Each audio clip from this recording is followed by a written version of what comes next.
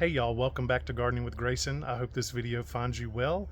So in today's project, I wanted to give you a container update of everything I've planted so far. So I started with my very first container on April the 22nd, and so far I've planted up 12 different ones. So I just want to turn the camera around and give you a peek at what I've been doing. Okay, here is container number one, planted on April 22nd. In the center we have the Proven Winners Plum Dandy. We have the Calibrachoa Yellow and the Sweetheart Sweet Potato Vine. Although this container has done well, it does need just a touch more sun in my opinion. And here on the front porch it gets morning sun and the rest is afternoon shade. But you know, it does kind of keep it from getting too out of control, and it fits this wall beautifully and it's the perfect size. This is container number two that I planted. Proven Winners Super Tunia Bordeaux. This was planted on April 25th. Look how vigorous a grower this plant is. It has completely engulfed the whole container. Vigorous grower, one of my favorites. Super Tunia Bordeaux. Container number three, this was planted on April 25th. This is the El Brito from Proven Winners, and a common green coleus. Color is just magnificent. So if you've never tried El Brito coleus, you should definitely give it a shot. And this is container number four. This was planted on May 1st. And this is the 3-ball Eugenia topiaries with the yellow marigolds planted underneath. And they have taken off and started growing like crazy. The marigolds are filling in beautifully. And I just thought it was a nice bright pop of yellow with all the green. But all the new growth on these topiaries,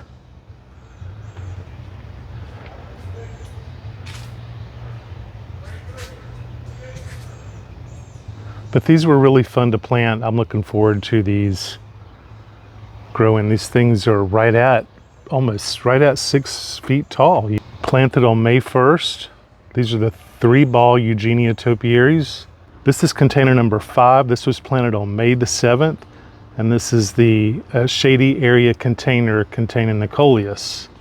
Just your common variety coleus, but it is beautiful and it is really tall. So I will probably be coming in and I will probably pinch these back, and this will be a whole new start. So they have gotten quite tall. This is probably 3 feet tall by now, and I'll have it up on this table so you can see it a little better. Our shade-loving container with coleus. This is the Super Tunia Vista Fuchsia and the Black Potato Vine.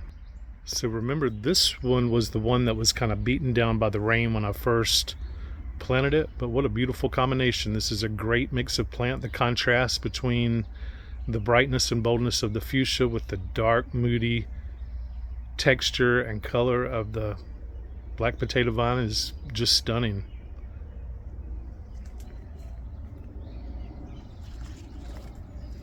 So this one will catch up. It'll just take it a little extra time, but that is just a good looking flower. So I planted 2 different types of potato vine here. I have the deep lobed one, and then I also have the heart shaped. I'll try to remember to put the names of these up on the screen. But just a great mix. And this is container number 7. This is one of my favorites. So this is the Bird Bath Makeover. This contains the pink Gara and the centerpiece, the Super Venus Sparkling Rose as the filler, and the Creepin' Jenny as the spiller. But the Sparkling Rose is a mounding and trailing. So that is just a beautiful combination. And this was planted up on May 17th.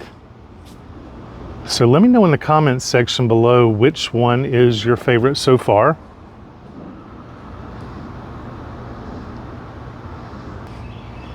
The color on this is amazing. You have a light pink, a darker pink, and then a white margin in the center with just a touch of yellow or lime green. And then that just pairs beautifully with the Gara. It's exactly the same tone and color. Beautiful combination, beautiful mix.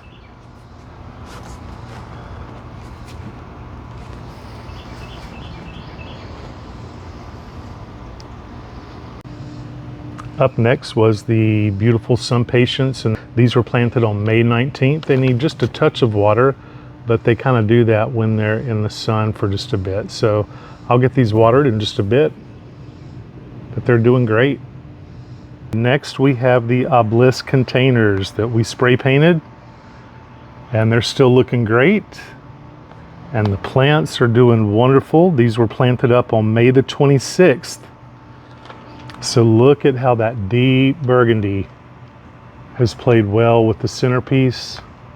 The ivy, which I will begin to trail up this obelisk. And then the color and the impatience matches that margin in the center of this leaf here. So those are looking really nice. Here's the other one on the other side. Looking stunning. Everything looks really happy in its spot. This was plant container number 10. This was the shade container that had the mid-century modern vibe of this container that I love so much. It had the half moon hostas in the middle and the white impatience, and then it had the strappy texture of the variegated liripy. Yellow green of the hosta pairs beautifully with them, and it works nicely with this chocolate brown container, the warm tones. I'm going to try to give you detail on these containers, but they just had a really unique vibe to me. But I just felt that color mix and color blend paired nicely together. Okay, now we have the Diplodina, the Dusty Miller, and the English variegated ivy. That I also decided to go ahead and put a trellis, since these are trailers. And as you can see, this is beginning to already trail up. Very nice blend.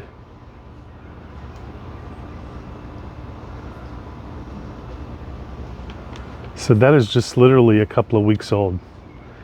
And these are the sun-loving annuals.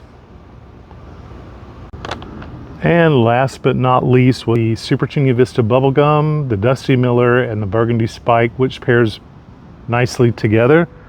All cool toned. We spray painted the container.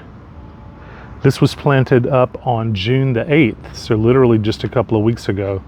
I may go in and I may go ahead and make this detail a little darker. I thought about using a darker gray or even a white, or possibly even black. So let me know your comments below if I should go in and give it a little more contrast. I'm kind of feeling like that's in order, but I love the tones of this container. I think the blend just pairs really nicely together. So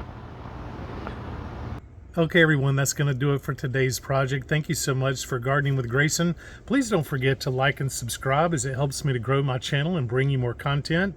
Please don't forget to also leave me a comment in the section below, letting me know which container is your favorite one. So I hope you're all doing well, and we will see you in the next one.